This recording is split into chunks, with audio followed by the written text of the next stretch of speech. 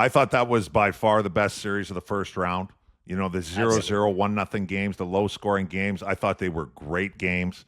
All three of us reluctantly picked Tampa. I remember that vividly because three of us did and none of us wanted to, but we're like, man, Montreal can't really beat Tampa, can Playing they? guilty. Yeah. Playing guilty. And if you had told me it was 7 1-goal games, I would have 1,000,000% put Tampa. Yeah. Like, I didn't think that. I thought Montreal was going to have to do it differently, and they showed a lot. Yeah. So awesome. Good for Montreal. I'm happy for him. I'm obviously very happy for my French friend, Marty St. Louis. God, it'd be fun to be in Montreal right now. Oh my God. Clearing the crease. Oh. Clearing the crease. Aye.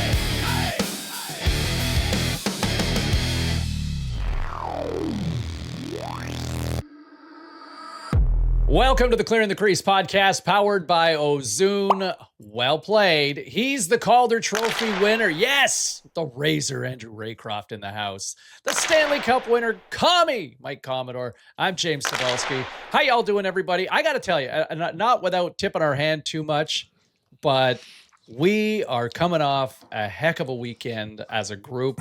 It took 3.5 years, but we all got together recently in the GTA, had an awesome weekend, boys. And I think our fans of the show, followers who follow along and enjoy the adventures, I'll say this, we got a lot of big surprises in store for you in the weeks ahead. Razor, we live to tell about it, buddy. It only took us 3.5 years. Unbelievable that we pulled it off. It was well played that we all got together.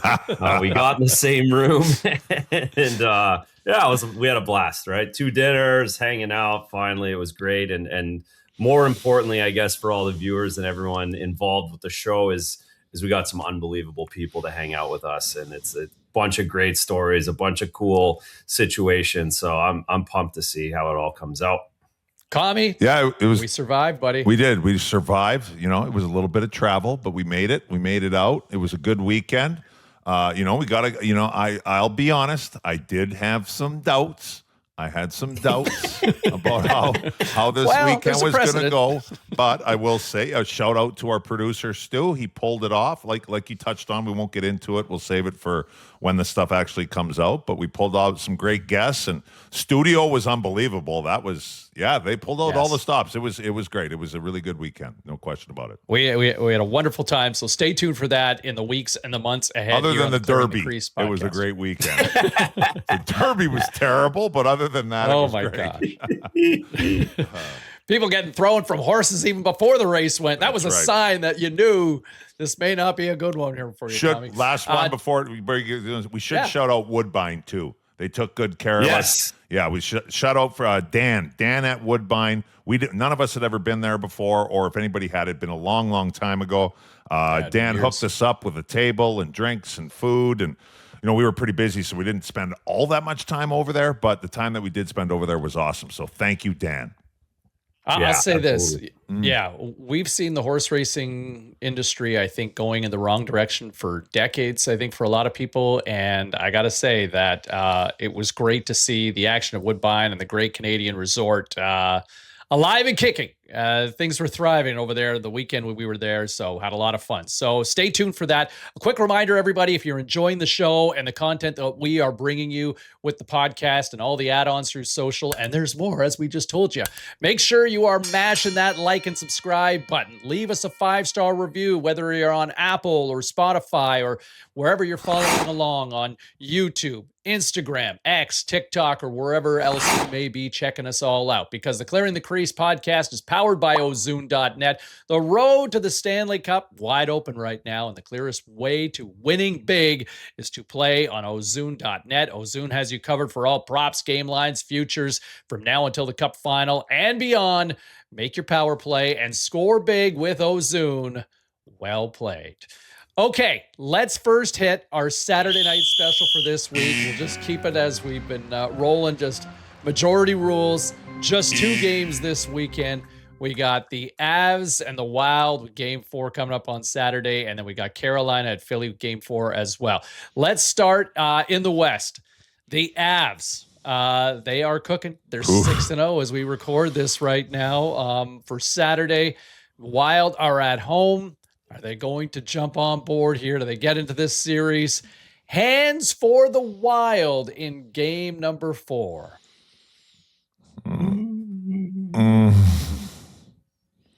Colorado's too good. Man, oh man, they're too good. Colorado's good. I'm going to give the Wild game 3 and take a chance on Colorado in game 4. That's what I'm thinking That's here. where I'll go to. Yeah. There you go. But confidence ain't high. The pros are going. Yeah. The pros are going for the Wild for that one. And meanwhile, Carolina and Philly, Flyers at home. I'll tell you what, Carolina has looked very, very good. Where are we going? Philly and Carolina. Hands for Carolina. Commie, you have to pick Carolina. Just don't get rinsed again. That's right. I didn't pick them last time, and I'm getting lit up on Instagram because people think I didn't pick them for the series. I had to tell that one guy, hey, calm down. I'm like, we're picking these games Monday. They're Saturday night. I thought Ottawa was going to win a game. I'm sorry. I'll say Carolina. I'm done doing the underdog, like, oh, the Senators are going to go on a run, or, oh, like, the Bruins are going to, like, I'm done doing that. I'm picking the chalk the rest of the way. These two, Colorado and Carolina, are just so good. Like, I don't know what I was thinking, why I was thinking it would change. Stupid. No, I think we are finally starting to recognize that the Canes are maybe just that good, and we knew the Avs were good, but Canes are good.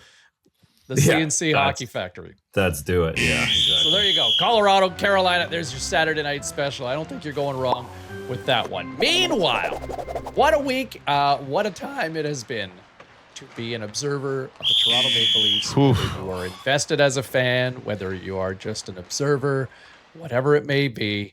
Where to begin? Why don't we go with the most recent news as the Toronto Maple Leafs win the NHL draft lottery with a shock and awe, where I think it felt more like, the Leafs are going to lose this draft pick. They are screwed. Well, Razor, hold my beer. Well, yeah. So I'm in Boston, who obviously was getting the 6th or 7th pick, and they basically had it in the bag because they knew the Leafs always get screwed. Like, something always bad happens. They're going to screw it up somehow. The Bruins are going to get the pick. Like, I think everyone here in Boston just assumed they were going to get the pick. So, one, there's a lot of despair here. However, the despair that we saw at the Great Canadian Resort, which was unbelievable, folks, the casino, the setup, we talked about Woodbine, but also the Great Canadian Resort. Nicoletta was our host. She was unbelievable. The despair that was in that casino over the weekend was out of control, between who was getting hired just a couple of days ago, the draft lottery getting worked over, not having a pick for 5 years, Austin Matthews leaving, the whole thing. And now, order the rings, start the parade, just like that. Ball number 12 will be infamous. It, like Bill Barilko in Maple Leafs history, as they are now on their way to greener pastures with Gavin McKenna, or hopefully they don't pick McKenna just to give us more drama. But yeah, what an unbelievable, like, the NHL is kind of cooking right now, huh, fellas? Like, they've got the draft. Like, it feels like they're not. The lottery was unbelievable last night. We've got 2 million people watching hockey games on a nightly basis. Like, it feels like there's a little momentum behind this, and that ping pong ball thing was priceless last night because social media was having a blast. I was on the golf course yesterday teeing it up, so I didn't see it live. I wasn't watching, but we got off I was playing with a couple of guys, a guy who played college hockey with, who got off the course, and he's like, Toronto won the lottery. I'm like, no, they didn't. Shut up. He's like, I'm serious. I'm like, oh my God. My next question was, where was Vancouver? Oh, they finished 3rd, the worst possible ball they could get. No win, C-ball. Sorry, Vancouver. You got to wait a little longer. Commie, that is the most Vancouver Canucks result that you could have expected. And I think that were a lot of fans, I think, out here, a lot of people talking to them, they were just like, yeah, I hope it's going to be one. I hope there's a win. But the reality tells me that they're going to get 3. 3rd, yeah. And that's exactly what. But I will just say this, guys. The NHL draft lottery, I hate to sound like the guy with the tinfoil hat right now, but good God, tell me the NHL draft lottery is rigged without telling me the NHL draft lottery is rigged. I disagree, Look at the last 10 years. Not rigged. Okay. Hear me out, man. Okay. Of the last 10 years, 4 New York markets, the Leafs twice, Okay. Montreal, Chicago. Like, these are all the big, sexy markets for the National Hockey League to thrive. And I get it. I still remember Brian Burke saying to me 2 weeks onto the job and into the season when the Leafs got off to a 4-0 start the one year. And I remember remarking to Brian, I said, yeah, you guys are off to a good start. This looks good. He goes, we really need to succeed. Like, we don't have time for a rebuild. Like, there's a lot of pressure for the Leafs to be good. And, you know, the bottom fell out of that season, but this is the expectation. Like, the league is better when the Rangers and all the New York teams and the tri-state teams are better, and the Leafs are better, and the Habs are better in Chicago. But good grief.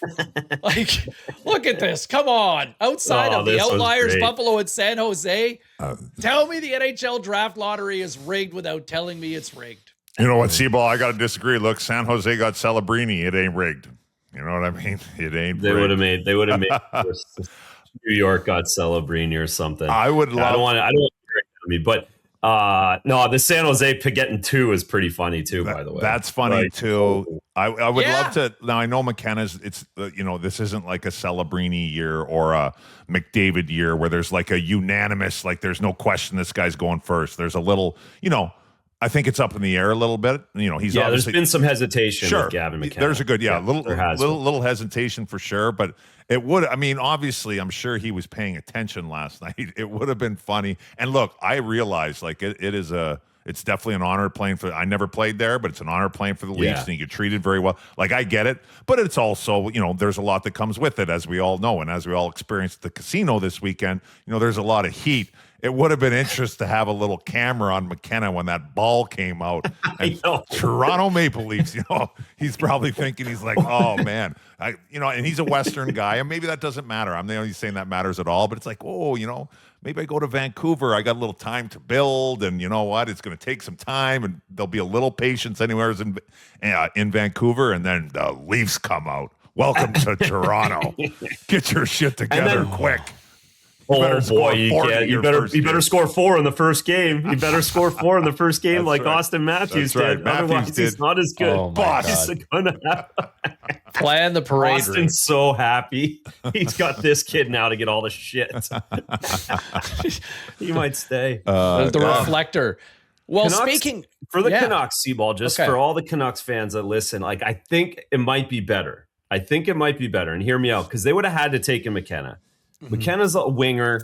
Pettersson, like where they're at, they might be better off getting one of these big time defensemen that you really build a team around. Or Stenberg, the centerman in the middle, maybe Stenberg Pettersson, the Swedish connection. You get that thing going again. I think it's not the worst thing for Vancouver because there's more pressure on that. Vancouver now is going to get a very good player at 3, and it's not going to be the same as having to pick McKenna, I don't think. And the other thing to that is that they probably don't have to rush that player into the lineup come opening night. Right? They'll just 100%. No, I'm totally agreeing with Razor. That's a really good point. If this was a McDavid year, a Matthews year, a Celebrini year, and Vancouver's sitting there just had the year that they had, then they just get dumped on with the 3rd pick, then it's like, man, that is a curse. But if this is going to happen to you, like Razor just touched on, this could not. I mean, you never know, right? It's a draft, but there's no like cut above player, so you could be sitting there at 3 and be like, and end up with maybe the player of the draft. Like there's no, you totally could this year, maybe more than any in recent. I think so. Let me throw this to both you guys then. I mean, Commie, I know you're going to go Keaton Verhoff from Nodak right there, who's a highly touted prospect, but Caleb Malhotra, son of Manny. It's been a lot of talk as the Canucks need a center, to your point, Razor. But there's also been a lot of trying to connect the dots. So is Manny Malhotra the next coach of the Vancouver Canucks? He's been in Abbotsford for the last couple of years, won a Calder Trophy a year ago. They obviously decided to go with Adam Foote, and that didn't work. So now is there a chance to kind of fix that, I guess, amongst Canucks fans? Is that a good move or not? to try to go after Caleb Malhotra at the draft pick when dad is the head coach? It feels way too close for me. Yeah. Just like Tej Iginla did not go to Calgary because that wasn't good. Jerome was on our show. He talked about it. He's like, I don't think that's a good fit for my kid. Go back and check the episode with Jerome Iginla, by the way. Yep. Mm-hmm. It's the same thing. Like if I'm Manny, I don't want him anywhere near Vancouver. If I'm in the organization, if I'm coaching, especially, I can't coach my kid in the NHL. That's a disaster. So, and I think for a couple guys I've talked to about the draft already a couple weeks ago, like Caleb might be down a little bit further than 3 too. Yeah, I'm with that. I actually saw Manny. I played with Manny in Columbus. Last time I was in Calgary, I popped out of an Uber after a couple of cocktails, and who was walking right down the street was Manny Malhotra. I'm like, hey, Manny, what's up? And he was going the other way. We drove by him. He was going the other way. I'm like, that's Manny. And he turned around. He's like, Commie, what are you doing? I'm like, what are you doing here? And I was like, oh, wait, Abbotsford. I'm like, you guys are staying here? Anyways, we chatted for a minute, and then he went on his way. But, yeah, I think his like, well, how you doing, man? He's like, oh, man, I'm grinding. So I think Manny's ready to get out of the American Hockey League. I think he's ready to move on up. But, yeah, I'm with you guys on that's tough. I think that's tough for everybody around. And, and from what I've kind of been reading and hearing about the draft, I got a buddy of mine. I'm on Team North Dakota, Team Verhoff. There's no question about it. But I have also heard that there's a couple of D-men. There's a Reed out east that I don't know much about. Yeah, Chase Reed. Okay. Chase Reed. There's one in Prince George. Carroll's, I think, is his last name. Carroll's is the name I hear all the time. Yeah, that's the one I'm hearing. I am Jimmy Playfair actually coaches there, helps out there. He's been texting me about him, and he's been raving about him. And a kid in PA too that I think is Rudolph, I think is his last name. He's supposed to be legit too. So I think Verhoff's going to be up there for sure. I don't know if he's going to be like top 3 like I've been spouting off. I think he's going to be top. My buddy thought top 5, top 7 for sure. But anyways, some good options, some good D-men options. It sounds like all around. Yep. Yeah, very deep draft on that one. And Commie, I feel like I text you this every other day. Who didn't you play with? Oh, there aren't many. There aren't. Why do you think you guys put me in charge of getting the guests when we were taking guests on this podcast? Good, well played. I'm like, well played. Yeah, I played with him. I've been on golf trips with him. It's like 3/4 of the league from 2000 to 2012 I played with. Let me throw this to both you guys. The vitriol that was thrown around with the hire of John Chayka as general manager, as lovable as Mats is, he could not insulate John Chayka. Razor, let's go with the former Leaf great here on this one. Yeah. You played with Mats as well. I'd be curious your thoughts on all of this. Well, I love Mats, of course. Everyone said that over the last week that knows Mats. He's like all the NHL superstars that I was with. So humble, took care of all of us. Like, I was in Sweden. I'd go on vacation and he'd meet me downtown. We'd hang out, have dinner. No need to do that's just kind of the guy he was. Very respected, of course. So he gets instant credibility from former Leafs in regards to him having the ability to watch what's going on after a little while and start setting culture. Of course, there's some concern how much hockey he's actually watched, or is he doing hockey, all of these things. If he's just president, if he's shaking hands, if he's kind of keeping everybody in line, keeping everybody in check, I think he has a very good temperament to do that. He won't be as bossy, I guess, for a lack of a better word, as like a Shanahan or a Brian Burke, or outgoing. Like Mats is just going to plod along, and he'll know what it's supposed to look like and what it isn't.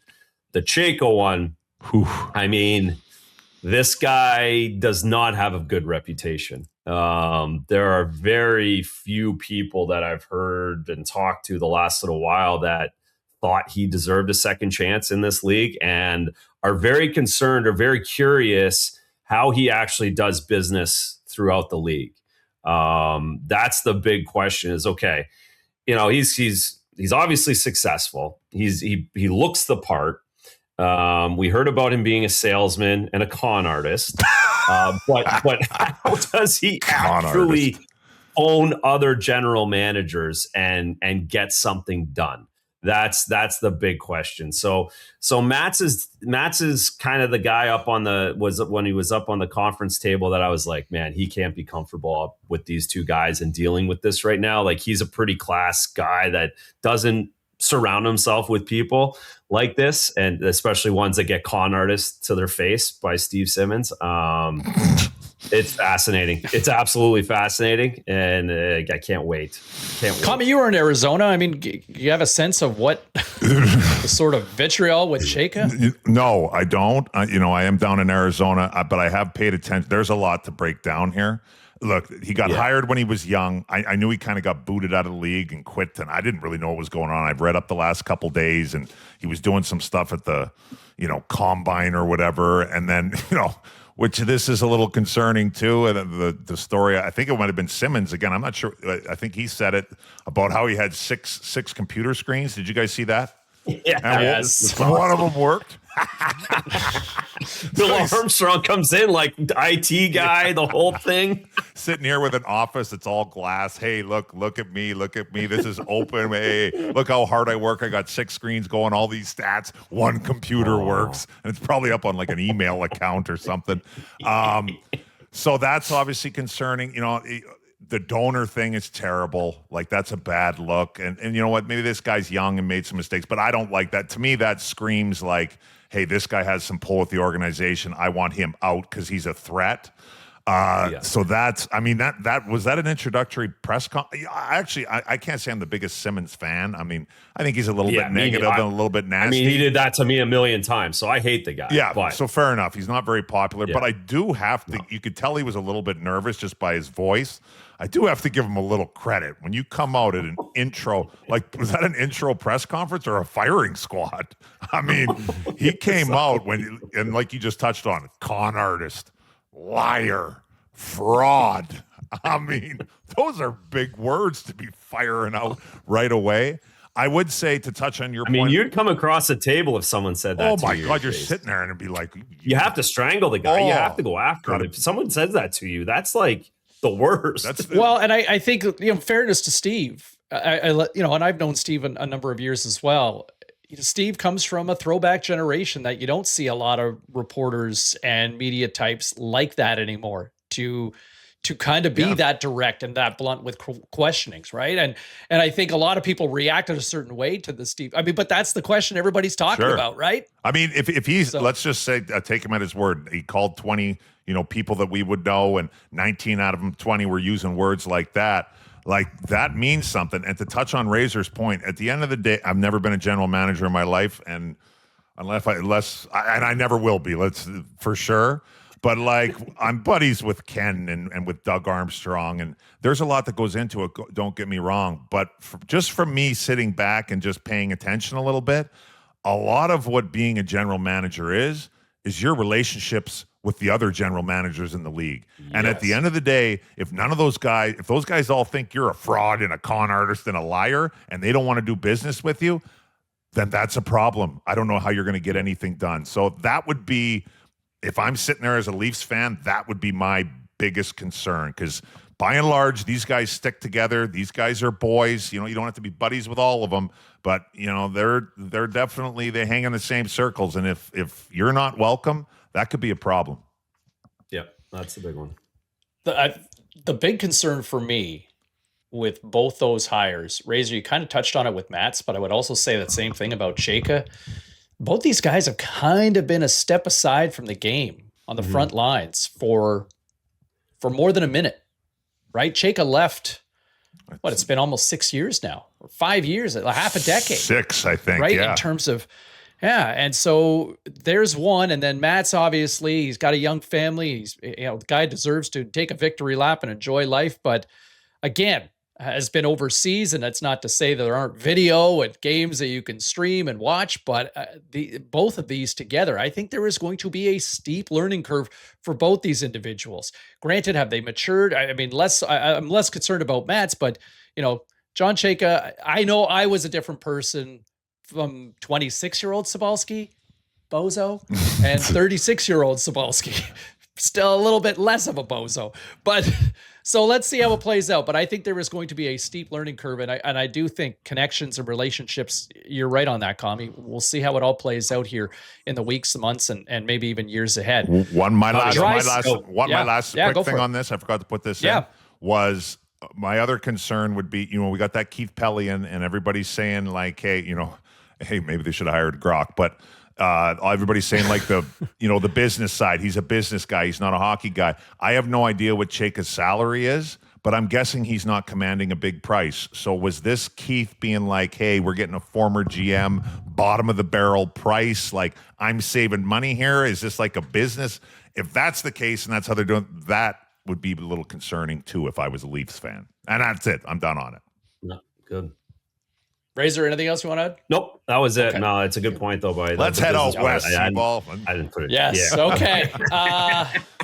Let's talk about Leon and Connor. Oh man, boy, as they this ain't much better. Get bounced in round 1 to the Ducks.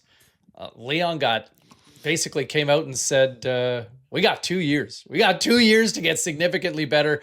McDavid, for his part, saying the organization took a step back effectively.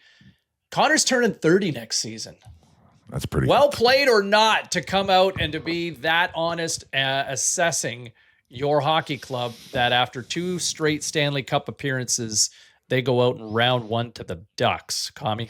You know what? I think it's well played, and I think he can play it however he wants with how he's played in that city. And then with the contract that he signed, I think he could have done something very, very different, and he didn't. In saying that, Razor, I know you were all about the Oilers all year. In saying that, I think it was a little bit in general. I'm not talking about personnel. I think it was a lot to ask the Edmonton Oilers to go back to the finals and give it another run again this year. They've played a lot of hockey, so in that end of it, I'll give them a pass on things. But personnel wise, yeah, I think they have taken a bit of a step back, and they keep swinging and missing. This goaltending situation, they're taking shots. Guess I'll give them credit at that, but they're taking shots at guys that in the not too distant past were available for free. So there's, you're just feel like they're just crossing their fingers and hoping. So yeah, I mean, I think it's well played by Connor. I think he can. Leon too. I think those guys can say whatever they want. I don't think they were incredibly negative. I think they were just being honest as how they see it. Honest. Yeah, very honest. And I don't think too many people disagree with them. So that front office has some work to do with whatever they think. I mean, look, that decor to me needs. I mean, I don't want to.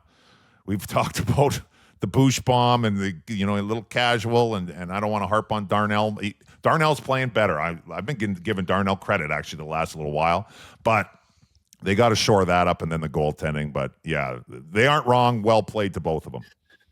Yeah, well played because you said it, Connor. They to go back 3 in a row. It was just it was really unlikely, even if they had Patrick Waugh in net. Sure, right? Just so much. And look at Colorado, look at Minnesota, look at Dallas, look at that. It just was going to be a lot, no matter what, because of how much hockey they played, and Connor's playing on a broken foot, the whole thing. And I think that's why them being honest right now is well played, because this was a good time to do it. Take advantage, like the last couple of years, right? Like, and Commie, as well as anybody, when teams win, when coaches win, when organizations win or get to the finals, get to game 6, get to game 7 of the finals, they're like, we're just unlucky. Mm-hmm. You can talk yourself into thinking, we were a little unlucky, or if this goes here or that goes there, we get a save there, we win this thing. This is the time to be very brutally honest if you're Connor and Leon, saying, we didn't look at this. We won 2 playoff games. This isn't what it was the last. And they might have felt the same way the last couple of years. Like they probably looked across the ice at Florida last year, losing in game 6, but saying we weren't even close, actually. Like we had no chance against that group. Yeah. To actually win. Now they can really say it. They couldn't say it last year. They can say it this year. And it should, I mean, everyone knows the organization's on blast, I guess, at this point, but there's no question, and there they are now. They've got to figure out the goaltending. They made some poor decisions. They get rid of that Kulak guy. He's playing like more minutes than Cale Makar for Colorado right now, and the best team. Like, how'd that happen? Like, that's so there's some stuff there, and there's no question that those guys aren't happy. They've been unhappy since the Olympic break when they were talking about their coaching and their style, and It's the front office and the coaches have to be walking on eggshells with Connor and Leon walking around there. Razor, I think further to that, your point is those guys kind of alluded to the fact that I think they're overplayed. That I think that's it's too much, right? And it's just like we cannot do this alone. Yeah. This is not the NBA where you can win with a big three. Hockey is deeper than that, right? When you look at all the personnel, they've still got 8 million plus committed to goaltenders for next year with Jari and the buyout of Jack Campbell. I mean, just look at the turnstile they've gone through here over the last few years. You know, your boy Darnell, Commie, again 9.25. Way too much. That's not going anywhere. No. And it's just, is he a solid goal? He's kind of solidified himself, but it's just not a 9.25 player. And then Trent Frederick somewhere went off a cliff last year as well. That maybe there's a bounce back with Trent Frederick, but there's $20 million like that. There's effectively a fifth of your salary cap. And when you're a Stanley Cup champion, very rarely do you run into situations with teams that have a fifth of your cap being an albatross. Even look at Seth Jones when he got to Florida, right? That guy turned back into an upper echelon all-star caliber defenseman. Yeah. And this is where we are. So we got problems in Edmonton too. Oh, well played. It's everywhere. It's everywhere. That's a well played. Can we? Hey, we haven't even had a chance. Our Habs fans are going to kill us for this, but obviously there's been a lot of news happening. How do we feel about Montreal and Canada's last hope once again? Will they be the ones to end the '93 curse? But there is a fearlessness about that team, and Dobish, let's give some credit. Razor, always come. Hey, find me a goalie, right? Well, he just outdueled Andrei Vasilevsky, at a critical moment, in a low scoring affair in games 6 and 7. Vasilevsky locked it down, and they still lost as good as Big Vass was. Well, and Tampa locked it down with 9 shots on goal for the Montreal Canadiens in Game 7 as we were sitting there watching that. Dobish came out of nowhere for everybody in Game 7 especially. The Canadiens found a way, especially with their special teams. The power play got them through the series. 7 one-goal games, 4 overtime period. What a series, one for the ages. And Montreal showed a lot because, as we know, we taught Tampa has huge balls. We loved, I love the guys in Tampa. To put them out and put the dagger in those guys is impressive. So yeah, it's not even close for maybe a couple of years right now. That Montreal is the hope again for all of Canada, and without question, over the next 6 weeks, they're the ones because. They showed a lot of moxie. Marty St. Louis, unbelievable. They've got a goalie. I think they can take out Buffalo. Commie, ton ami, Marty. Oui, mon ami Marty. Mon ami Martin. I thought that was by far the best series of the first round. The 0-0, 1-0 games, the low-scoring games. I thought they were great games.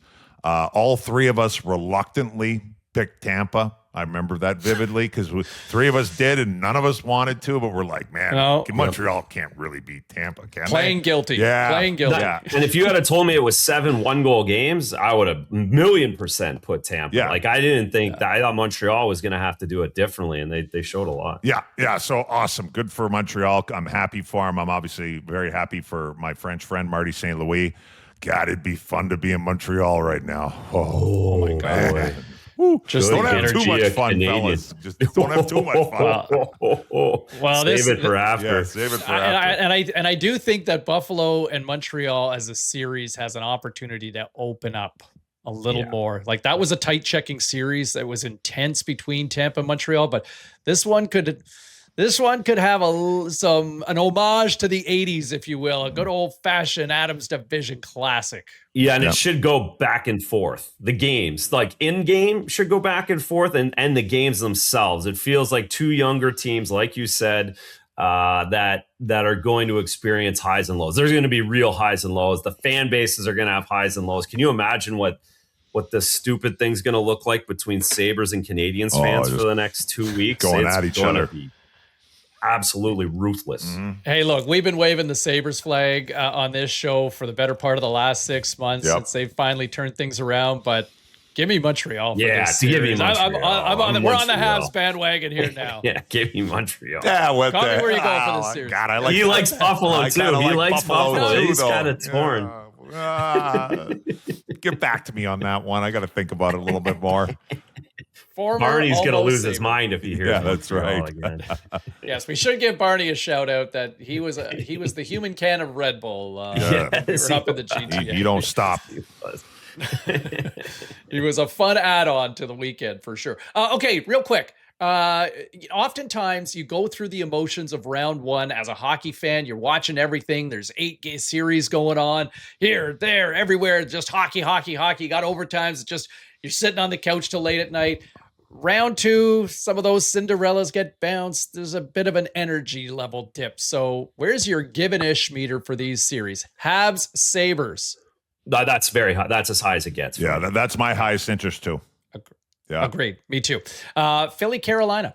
I would be more interested if it was, and anything can happen. It's 2 games. Carolina won 2 games at home. I am interested in it, but they already got a 2, which Philly can come back. But I put it like medium. Okay. Yeah, I'm looking. Carolina's good. They're in the next round for me. Agreed. Vegas, Anaheim. I can't get excited for. I don't know why. Vegas, I'm having a hard time. Like, I know, they're really good, but I'm like not excited to watch as You've seen it before. I don't know. But yeah, like I don't know.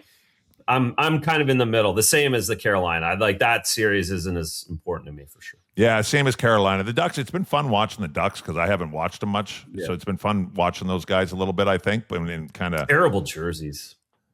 yeah, they're growing on me a little bit. I get it. Both teams. The combination is more. Yeah, it's hard on the not eyes. good. I would take a Ducks jersey over a Vegas Yeah, jersey. fair enough. Fair enough. Yeah, the combination bothers At least me. they brought back the old logo. At least the old logo Yes. is back on the Yeah, orange. yeah. But I feel like it's just missing. You're right. There's a little pop I think that's missing on that orange. Maybe just too much orange. Colorado, Minnesota. Same thing. Number 2 for Yeah, me. it's Number high 2 for me. behind Habs Buffalo. Yeah, it's high for me. I need to see Minnesota win Game 3. This is another one that's up. We've already seen 2 games. So Minnesota wins. I mean, Minnesota, they're going to be going bananas there. So that would be a very fun. Minnesota doesn't get enough credit for how good, especially in Canada, on how much hockey's going. I mean, they are going to be. They're going to be charged up everywhere. I get it, but that's going to be a great building. There's no question. Yeah, I'm high on this series. I was really high Game 2 and we didn't see it. Yeah. I really wanted Minnesota to win Game 2 because I want this to go 7, and now I'm a little concerned that Colorado is really that good. Yeah. But you can't. I mean, it's an absolute track meet. Yeah. Watching those 2 teams. State of hockey. Loud barn. Good luck, Minnie. Okay, fan question of the week. This is we turn it over to you. You have a question for us. You can hit us up using the hashtag on all social channels, YouTube, Instagram, X. askCTC is the hashtag you use. And this one coming from Zach in Buffalo. Here we go. From Buffalo, getting the love. Guys, what's it like for both Commie and Razor going into their draft? Did they meet with general managers? What did they ask? How did it feel to get picked? No, it's a lot of questions, but they all kind of relate and can have one answer. Love the show, boys. So that's from Zach in Buffalo. Commie, you kind of went down a little bit of this road, I feel like a couple of years ago, but what was it like going in for your draft? Yeah, it was exciting. There's no question. It was kind of the first time I took it seriously that maybe hockey might be a career for me. I never really thought of it before. Went to the combine, did that stuff, did interviews. As far as what I remember, who interviewing with, I don't really remember. As far as who was in the room. New Jersey at the time had a special. They did their own thing, a Lou Lamoriello special. So the players that they kind of liked, they'd have in and do their own little combine. Long story short, there was the test on the treadmill, a heart rate test, basically to see how long you run and quit. A guy went before me. The test looked incredibly hard. All I wanted to do was beat the guy in front of me. I did that. Then I wasn't going to go to the draft because it was in Boston. I was in North Dakota. My parents are in Edmonton. We weren't poor by any stretch of the imagination, but I was sitting there painting the dorm room walls whiter for $3 an hour. It was American though back then, well, kind of like it is now. So I'm like, I don't really have. And as I was leaving the combine, they asked, hey, when do you get to the draft? I just said, you know what? I don't think I'm going to go. Like, my parents are a long ways away. I don't have a ton of money. And I remember their head scout saying, hey, like, you need to get to the draft. I was like, oh. So then I called my parents. I'm like, I'm pretty sure I'm going to get drafted. I think New Jersey likes me. So go out to the draft, meet my parents there.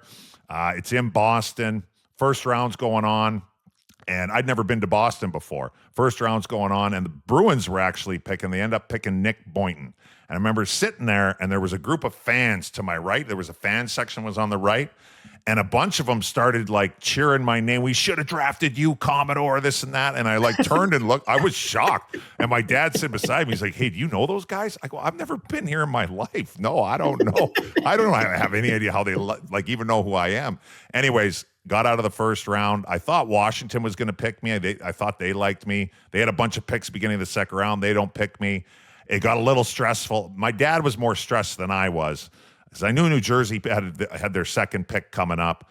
But if I would have went past that, now we're talking about some stress, because then we fly all the way out to Boston and I get, if it's later, you just do it at home. But New Jersey picked me. Incredible. To wrap it up, it was an incredible experience. Went down, met Larry Robinson, got the jersey. I wasn't on stage, cool. second rounder, but I would say like probably the biggest thing I remember from Boston was they invited New Jersey Devils were at one of the nice hotels downtown.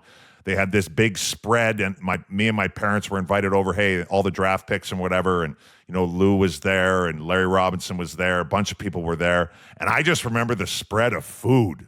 Like, I'd never seen anything like that before, like shrimp cocktails, and I was like, this is unbelievable. I love New Jersey, but all in all, it was a great experience, and I am glad I went. Yeah, for me, very similar, very, very, of course, where it's all very similar. I did not go to the combine. I was not invited to the combine. I was a 5th round pick. So I was late. I was down the board. I got invited to a couple of the team combines. I went to San Jose's. I went to, I forget, there was another team that I went to in Toronto that kind of set up their own thing. I did 2 of those, but way off the radar. But the draft was in Buffalo. So short drive for me. I was rated maybe the 10th goalie, 11th goalie, something like that. So I was in the mix. But when I was going to Buffalo to have meetings. I had a meeting again with San Jose, and I had a meeting with Boston the day before. Go in, meet with Boston, and it was good. Like it felt good. For whatever reason, I didn't know shit at the time. Looking back, like why would 18-year-old me feel good about a meeting, right? But got out of there and then went to the draft the next day. Of course, it was a really long day because they just did everything at the same time. So the first round took like 5 hours. Vinny LeCavalier, Manny Malhotra was drafted. He was a buddy of mine at that time. We were playing together in the O. We were hanging out. So I was happy some of my friends got drafted. Mike Fisher. Like, it was fun for a couple rounds. And then by the 4th round, I was getting tired. And my family was there. Like, it was getting long. But Boston had the 5th round pick. And I felt like the whole time that was where I was going to go. And for whatever reason I did, to Commie's point, if I didn't get picked in that 5th round by Boston, I probably would have started crying and walked out of the arena. Like, that's how much it was. Like, first overall pick, 5th round, 135th overall was like my first overall pick. Went down, same thing, shook everybody's hands, take the picture, went to the place in Buffalo that they had the spread and everything. But I remember I got to go in and Mr. Sinden was there. Michael Connor was the GM, but Mr. Sinden was there. He was drinking scotch. He was sitting at the bar, exactly what you would think Mr. Sinden was doing all day long at that point. And getting to meet him and then driving home. So it was a long, long day. But again, going and meeting those guys and seeing the spread, seeing the scouts and meeting Mr. Sinden was the absolute best day. Awesome. That's fantastic. And Razor, to your credit, not a lot of 5th rounders have gone on to become Calder Trophy winners. No question about it. So, tip of the cap to both you guys. That's all. Who was the first goalie taken that draft year? Oh, Patty DeRoche. I remember. I'll tell you. I could tell you all Razor, the you goalies that were win. drafted in front of me. Yes, Okay, who was Patty in front? Who was in DeRoche, front? Matthew Chouinard was also first round pick. Both Senators, of them. yeah. Yes, exactly. Both of them went in the first round. Simon Lajoie was ahead of me. Jason LaBarbera was ahead of me. Bunch of guys. Barb's had a good career. He was he in did. the redraft. It was Barb's was closer to me. Yeah. Nice. Well played. Well played. Well played, Ray Crouch. Okay, let's get to Don't Puck It Up. Hey, you know what? This week, Commie, I think you're going to appreciate my Don't Puck It Up this week. I think you're going to Hockey take mine, I executives. think. So I was going to tell All you right, to go well, let's first. see. I got two because I think you're going to take mine. Okay, go ahead. Okay, Go well, ahead. let's see. Hockey execs, if you are looking for your next coach, why not consider Todd Bertuzzi? Oh, I was Just coached the Cambridge Redhawks of the Greater Ontario Hockey League to the Sutherland Cup Championship in his first year as head coach. I just want to point out, remember when the Montreal Canadiens hired a relative unknown former hockey player in Marty St. Louis? Oh, look where they are now. Maybe Big Bird is next. If you're looking for a coach, don't puck it up. Awesome. Congrats to Cambridge, by the way. Congrats to it. friend of the show, Todd Bertuzzi. Awesome. I did not think you were going that way, Seaball. Great thinking. Okay. I should have thought of All that. right. That's awesome. I talked to Big Bert yesterday, actually. He said he's sorry he couldn't meet us. But just by talking to him, he was thrilled. He takes it. I mean, he's pumped, and he says he loves it. He goes, I was sitting in the dark all year, and it was cold, and Florida was a little better for that because I loved it. It was great working with the kids. I can't wait to do it again next year. So he's pumped. My don't puck it up. I'm gonna go. I don't know who this would be to. Gary Bettman, maybe. Now this isn't an anti-Leafs thing. But Okay. Ooh. can we? And we don't need to go to the NBA route with the tank. I don't want to see that either. And the NHL is doesn't reward that. Obviously, talk to a Canucks fan. But I think we need. Let's not puck this up. Could we just adjust the percentages a little bit? It was 10-1 this year. San Jose went from 9-2. San Jose don't puck that pickup either. You get a great defenseman, I think. And then what was it the year before? Was it 5-1 or whatever? I think, in my opinion, the percentages are a little pucked up right now. I think for the Vancouver Canucks of the world, it needs to be boosted up a little bit higher. That's my. I like that, Commie. Yeah, a really good one, Commie. Really thoughtful. Thank you. I just quickly to that point, I love what the PWHL has done to try to avoid or dissuade tanking. They've created the golden plan that once you are eliminated from the playoffs, whoever finishes with the most points once you've been eliminated gets the top overall pick. Oh. So you accumulate points, so it makes winning matter. And you look at what's happening with the NBA right now, and dare I say the NHL.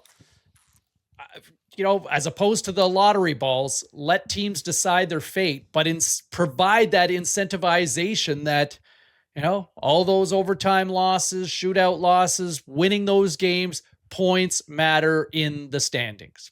Just putting it out. Good idea, actually. I never thought of anything like that. Don't puck it up, Vancouver Canucks. Oh, I think you're going to be upset. Everyone's upset. Everyone's nervous. Everyone's rattled. They got screwed again by Team East and Team Toronto, Team Canada, Toronto. Just get the right pick. You're in a good spot. You're going to get a great player. Get your general manager figured out. Get your coaching staff figured out. Get your ducks lined up so you can take a generational player or at least a franchise-changing player with the third overall pick this year. Don't screw this up. Mm-hmm. You have an opportunity, even at the 3 pick, not the first pick, the 3 picks just as good, but you need to get everything else in place to take the right guy at 3. Don't puck it up, Vancouver. Good one. Ooh, Good one. Hey, your boy Jimmy is stepping away. He announced, Commie, Jim Rutherford. Maybe he's had enough of the Canadian. Like, what are we doing? I What mean, are we doing? What's going on here? Like, let's go. Jimmy's been doing this forever, and I think he wanted to do it till he's 6 feet under, but Vancouver knocked him down. Yeah, gets He everybody. can't take it anymore. Gets I'm out. everybody. I'm out. It's like Kramer walking in, the king of the cat. I'm out. Yeah, that's it. Can't take this anymore. Well, on that note, reminder to like and subscribe on YouTube for more Clearing the Crease content powered by Ozune.net. And be sure you're following along on Apple, Spotify, X, Instagram, TikTok, because the road to the Stanley Cup, it's open. And the clearest route to winning big is to play on Ozune.net. Ozune's got you covered for all props, game lines, futures from now until the Cup final and beyond. Make your power play and score big with Ozune. Well played. He's Commie. He's Razor. Shout out to our producer, Stu Stone. I'm Sabalski. We'll see you next week right here on the Clearing the Crease podcast, powered by Ozune. Say it with me, boys. Well played. Well played.